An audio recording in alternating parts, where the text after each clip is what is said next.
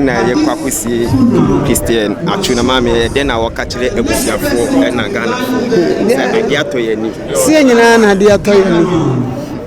ni nyina na ade atoye ni nyina ba hye ho den na ya yire ho asum nyame bibia timisi me da se Atsu yire ne maso abepie mu e wa ha hu se e yare ho de na be kache yire me kan se ye nyina ba ye akoma ba ko ne de mpa ya taya maamene ne nkola na chi se be ya omusu benyini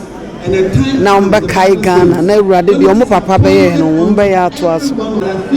se oyemfaso de ma wiase nyina na Ghana de ye broso intine se nyamia ya dom na ye kura na chi a enye se ye kasa ye nye football nti esi nyina timi kokoboa tina maba mama na le na wokache abusia masho de mekan se bible si twase nipa upreko ewuo na chi atemu nti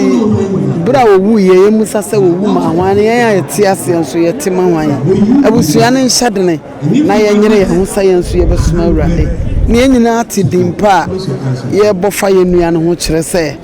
urade amane ba bi papa tena nti de mekan se busua ne nyina nso nhyeden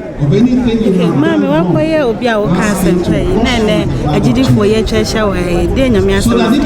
de mekan se owu fa kwala fa panyini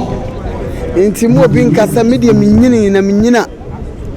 owu ni makwala obi oda ye funum kro timi wu ye funum nti ye hwa ya brabo ye se ye de ho ba ma awurade ne mpo de to ye nua bi to no eto yan ye timi anya ba bi pako nanso sa ye ti ase a ye timi anya nsiye ti de meka kire ewiase nyina no no mama aseno nso medam se nso medam